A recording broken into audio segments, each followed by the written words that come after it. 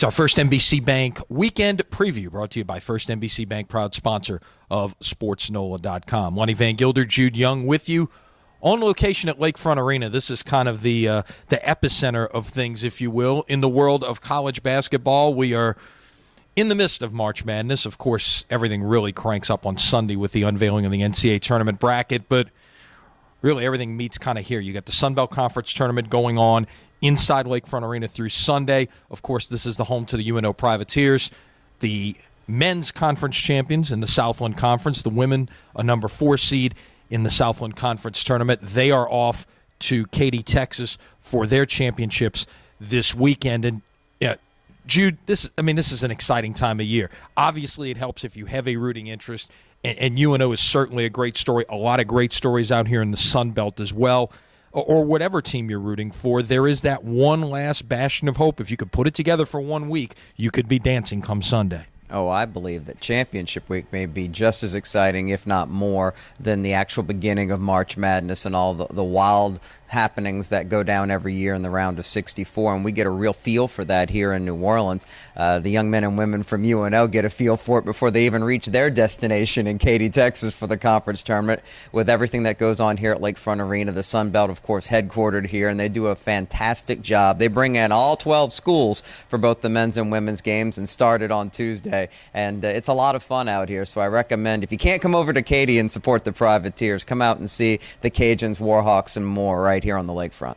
And, of course, other tournaments going on as well. The SEC tournament in Nashville, the American Athletic Conference tournament going on in Hartford, where LSU and Tulane is concerned. We will certainly know more about Johnny Jones's fate later on this week. Multiple media reports saying he is going to be fired once LSU is eliminated from the SEC tournament. Of course, they have to get eliminated, but based on what we've seen thus far, you really can't see them putting together 5 wins.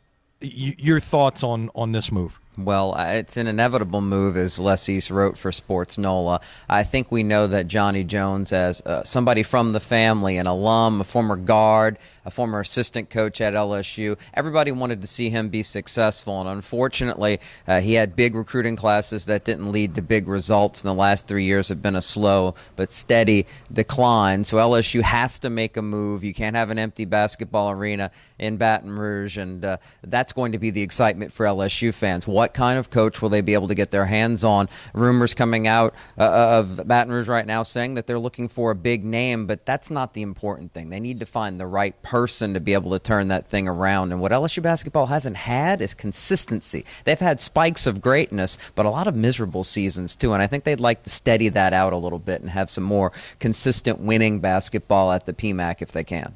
No doubt about it. It'll be interesting to follow that situation. On to other news. Of course, the Pelicans will be in Charlotte on Saturday, as they continue really their struggles. And I like Ken and I have talked about, anybody who suddenly expected Boogie Cousins putting on a Pelicans uniform to be a panacea and to cure all their problems, especially when you let 3 front court players go, or I should say backcourt players go, perimeter players, to make that deal. That wasn't going to happen. And, more on the college front, college baseball, of course, while we're just coming down to March Madness here, Southland Conference playing baseball starts this weekend. A huge series between UNO and Southeastern, a home-and-home series on the lakefront and in Hammond. It's amazing how good Louisiana baseball is on the college level, and there's a lot of excitement here at UNO for the matchup against Southeastern. The Lions, a perennial contender for the title in the league. UNO trying to prove that they're better than the 8th spot that they were picked, maybe taking some inspiration from the basketball teams out here. It should be one of those series where UNO will find out exactly how good their pitching is. The Lions have that, so if the Privateers want to win the series, they'll have to pitch well. We know LSU has a big bounce-back series, or at least they hope so, coming up against Wichita State. Wichita State, who, by the way, had all sorts of trouble at Louisiana Tech. How about Louisiana Tech, 12-1 at this point in the season? Lane Burroughs taking over that program after they reached their first NCAA tournament in 30 years. They're an outstanding story nationally in the college game, and just another really good program with ULL. Even though Tulane's struggling, I'm sure they've got better days ahead. A lot of talent in the state. Yeah, Tulane at home, a 4-game series against San Diego this weekend, and it gets no easier for anyone. You're getting closer and closer to conference play for the other leagues.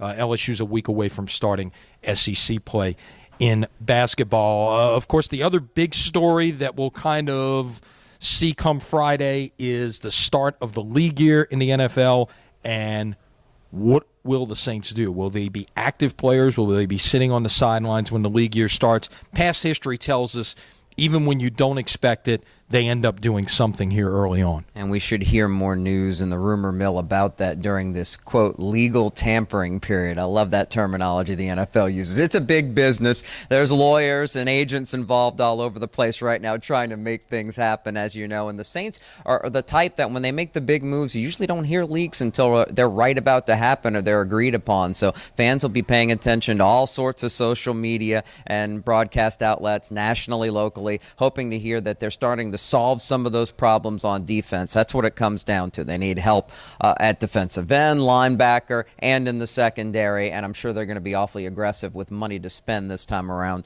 to fix some of those issues. Yeah, but unfortunately, everybody else seems to have money to spend as well, so we'll see how that all plays out. Of course, the other news, high school basketball, the March Madness. We talk about March Madness. March Madness is the LHSAA High School Basketball Championships going on in Lake Charles through Saturday. A lot of area teams with a shot at reaching the finals. Crescent City and Country Day already there. We'll find out more about the other area teams. The semifinals continuing through Thursday, and then the finals on Friday and Saturday. Certainly an exciting time for those teams having a chance to win a championship this weekend. There's a plus and minus of having 12 different brackets now in basketball for championships, but the girls' teams had a blast in Hammond last week, and we've got so many local interest and good basketball programs getting their chance to win it all over in Lake Charles. So you can't complain about that. As long as the games are good and they appear to be the higher the level as far as enrollment and the divisions or classes, you're getting pretty good basketball games in the semifinals right now, and I'm sure the finals this weekend will be exciting. Keeping an eye on that District 8-5A and those really good teams. Can Chalmette win it all, which is the big question with Mitchell Robinson and McDonald's All-American, but Landry Walker has experience. Bonneville, a great story. Plenty to watch, and of course, Brother Martin and St. Aug. People are looking forward to that matchup in the semifinals in Division 1. Jude, have a safe trip as you pass to and from Lake Charles on your way to Katy. Yeah, my madness is in Katy, but it's a great week if you're a basketball fan. Enjoy it. Next week will be pretty good, too, and we'll talk about that here on the First NBC Update when that rolls around. Ken and I will be back on Monday. That's our First NBC Bank weekend preview brought to you by First NBC Bank, proud sponsor of SportsNOLA.com. For Jude, I'm Lenny. You have yourself a great weekend and enjoy the start of the madness, everybody.